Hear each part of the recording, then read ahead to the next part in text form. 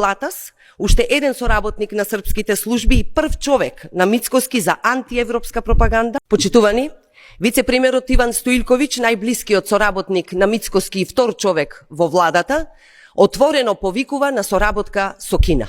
Продолжува антиевропското делување на ВМРО и нивната криминална група.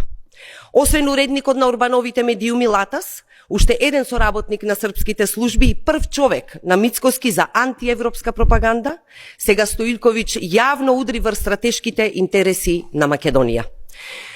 Додека вице-премиерот на Македонија отворено промовира кинеска соработка и патува со Вучич, САД јасно гледаат во Кина и Русија закана за стабилноста и евроатлантската интеграција на регионот.